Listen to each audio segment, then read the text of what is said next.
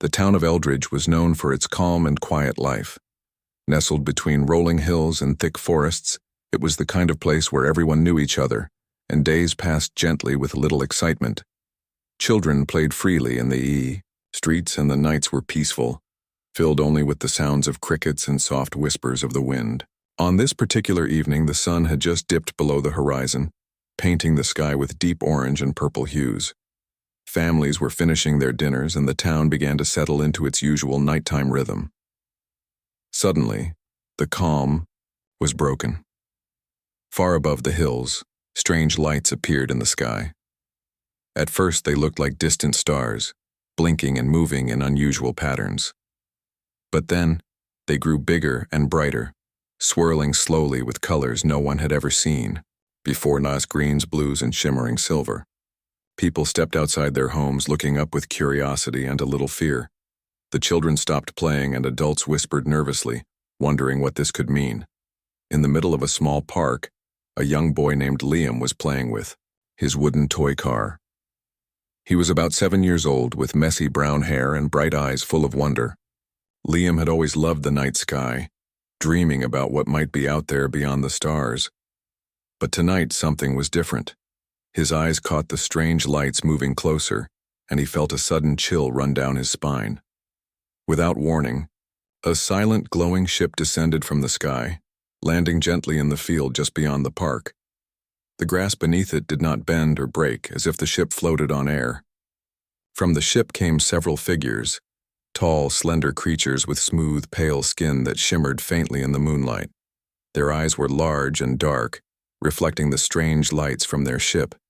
They moved slowly and carefully, as if they were explorers in a new and unfamiliar world. The creatures found Liam standing alone, watching them with wide eyes. They did not speak, but one of them reached out a long, delicate hand and touched the boy's shoulder. At that moment, a strange energy passed between them, soft yet powerful, like an electric pulse mixed with warm light. Liam's body stiffened, and for a moment his eyes closed. When he opened them again, everything had changed. His usual excitement was replaced by a deep calm, almost like he was asleep but aware at the same time. His eyes glowed faintly, a soft blue light that flickered, like a candle in the dark. The creatures studied him closely, their heads tilting slightly as if they were learning something new and important. Liam took a slow step back, but did not cry or shout. Instead, he whispered in a voice that sounded strange and clear, as if it came from far away. The creatures responded with gentle movements, touching their own chests in a way that seemed like a greeting or promise. Without warning, the ship's lights brightened, and the creatures moved quickly back inside. The ship lifted silently into the sky and disappeared among the stars as suddenly as it had come. The town was left in darkness again, except for the faint glow from Liam's eyes. Neighbors began to come out of their homes, calling for Liam's parents and looking around, in confusion. Liam stood still, watching the sky with an empty expression. Something inside him had changed, but no one could say what or how. As the night deepened, whispers of the strange event spread through the town. Some said it was a dream. Others believed it was a warning. But one thing was clear. Liam was no longer the same boy who had been playing in the park just minutes before. Something touched him, something from beyond the stars, and now no one knew what might come next. You said. The next morning, the town of Eldridge woke up to a strange feeling in the air. People whispered nervously about the lights they had seen the night before, but no one wanted to believe what had really happened. Liam's parents were worried. Liam seemed quiet. Too quiet. He didn't talk much, and when he did, his voice was calm, but very different. It was almost like he knew things he shouldn't know. At breakfast, Liam suddenly surprised everyone. Without being asked, he began to speak in a language no one had heard before, strange sounds that flowed smoothly, but made no sense. His parents exchanged worried looks. Scientists from a nearby city had already arrived, called by the news of the strange lights. They came to study Liam, hoping to find answers. The scientists noticed something else. Liam's body seemed to glow softly in the dark, especially around his hands. When he touched small cuts or bruises on himself, they healed instantly, leaving no scar. The town was amazed, and some people began to whisper that Liam was a miracle. But the scientists were not so sure. They took many tests, scanning Liam's body with strange machines, but nothing matched what they knew about humans. At night, Liam would sometimes sit alone in his room, staring at the ceiling with his glowing eyes. His parents tried to comfort him, but Liam seemed distant, as if he was somewhere else, inside his mind, far away from the world. One evening, as the sun set and the shadows grew long, Liam suddenly collapsed. His body shook uncontrollably for a few seconds and then went still. The doctors rushed to help him, but his pulse was strange, sometimes fast, sometimes slow, changing like the tides. The glowing light in his eyes flickered wildly, casting eerie shadows on the walls. "Is he dying?" His mother whispered, tears in her eyes. "No," one scientist said quietly. "Something inside him is changing. We don't understand it, yet." The whole town felt the tension. People who had been hopeful now feared what the alien's touch had done. Liam was no longer just a child. He was becoming something else, something no one could explain. Late that night, Liam opened his eyes and looked at the stars outside his window. His glowing eyes seemed to search for something, or someone. And in the silence of the dark, a single thought echoed in his mind. They are coming. Days passed, and strange things began to happen in Eldridge. Liam's condition was getting more unusual. One afternoon, while playing quietly in the garden, he reached out to touch his little sister, Emma. At first, nothing seemed to change. But soon Emma's eyes flickered with the same faint blue glow that Liam had. Emma smiled, but it wasn't her usual smile. It was calm and empty, like she was seeing something others could not. Her small hands began to heal a scraped knee instantly, just like Liam's. The townspeople grew worried when they saw Emma behaving strangely. It didn't stop there. More people who had been near Liam started showing signs of change. At first it was small things, healed cuts, stronger reflexes, sharper senses. But then their emotions became hard to control. Some became angry without reason, others frightened or confused. It was as if something invisible was spreading through their skin, from one touch to another. The local hospital quickly filled with people who had these strange symptoms. The government sent doctors and soldiers to quarantine the town. No one was allowed to leave or enter without strict checks. Scientists called it an infection, but it was unlike any disease anyone had ever seen. It wasn't deadly, at least not yet, but it was changing people, making them different. One evening, Liam's parents heard shouting outside. A small group of infected townsfolk had gathered, moving strangely together, their eyes glowing, blue in the dark. They seemed connected somehow, like they could feel each other's thoughts without speaking. The soldiers tried to stop them, but the infected were faster and stronger. The town's peaceful streets turned into chaos.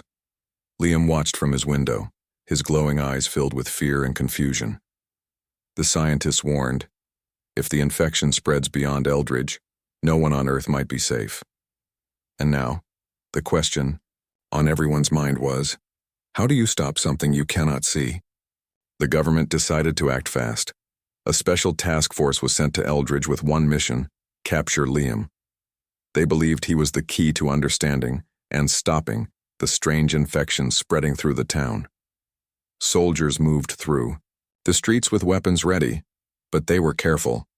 The infected were unpredictable and dangerous. The infected could sense the soldiers coming, moving like one mind, avoiding traps and ambushes. Liam, confused and scared, slipped away from his home with a small group of friends who had also changed. They moved quietly through the night, their glowing eyes lighting the dark alleys. They didn't want to hurt anyone, but something inside them was pushing them forward, a force stronger than their own will.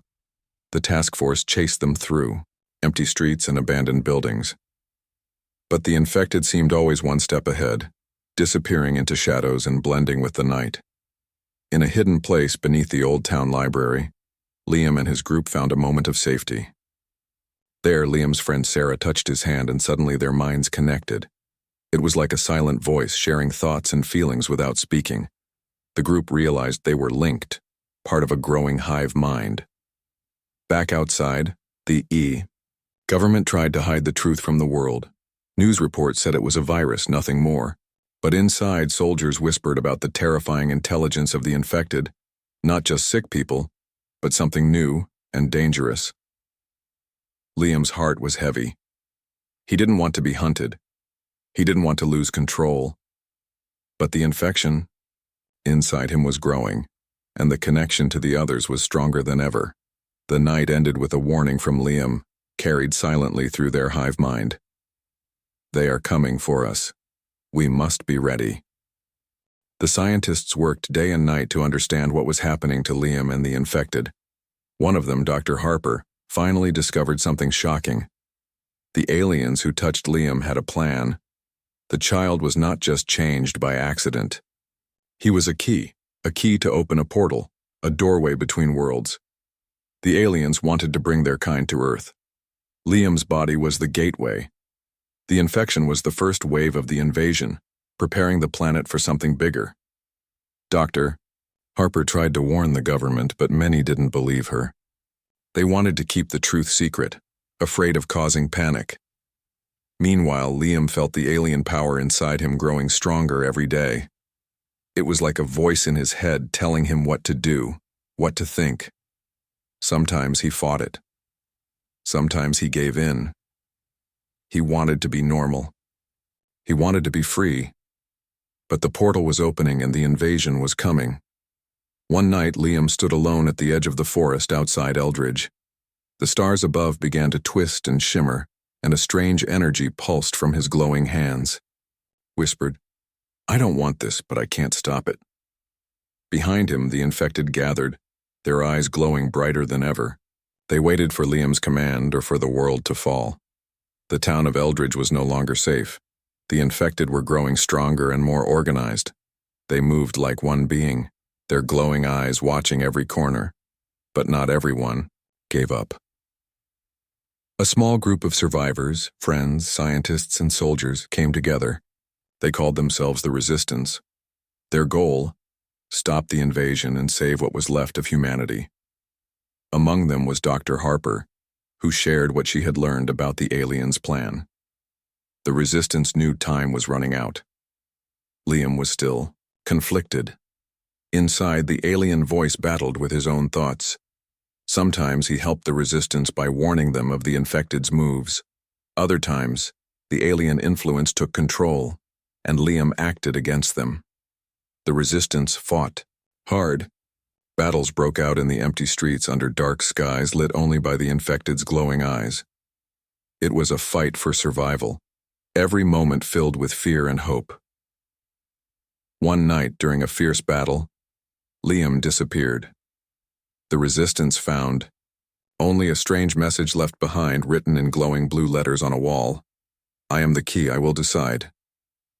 No one knew where Liam had gone or what he planned. But everyone understood one thing: the fate of the world was now in his hands. The Resistance searched everywhere for Liam. They found him deep inside the forest, near the place where the stars seemed closest to Earth. Liam looked tired, his glowing eyes dimmer than before. He told them what he had learned, that he could close the alien portal, but to do it, he would have to give up everything: his powers, his life, maybe even his soul. Liam's parents came to see him one last time. Tears filled their eyes, but they knew what he had to do. Liam hugged them tightly, promising he would try to save the world. The infected grew more violent, attacking the Resistance at every turn. But Liam stayed calm, focused on the choice he had to make. At the edge of the portal, a swirling doorway of light and shadow, Liam stepped forward. His friends watched in silence as he reached out, glowing brighter than ever before. With a final, powerful pulse, the portal began to close. The energy swept through the town, washing away the infection. Liam fell to the ground, weak but smiling. He had saved them all, but the cost was high. The portal was closed. The town of Eldridge was quiet once more, but everything had changed. The infected returned to normal, though some memories stayed. strange feelings and flashes of glowing blue in their eyes. People slowly began to rebuild their lives, but the world would never forget what had happened. Liam's family and friends searched for him, but he was gone. Some said he disappeared into the stars, others believed he was still watching, protecting them from afar. Scientists studied the town carefully. They found traces of alien technology left behind, a reminder that this was only the beginning. In the final scene, under the dark sky, a new light flickered in the distance. Not a star, not a plane, something watching, waiting. The world was safe, for now. But no one knew when the next visitor would come.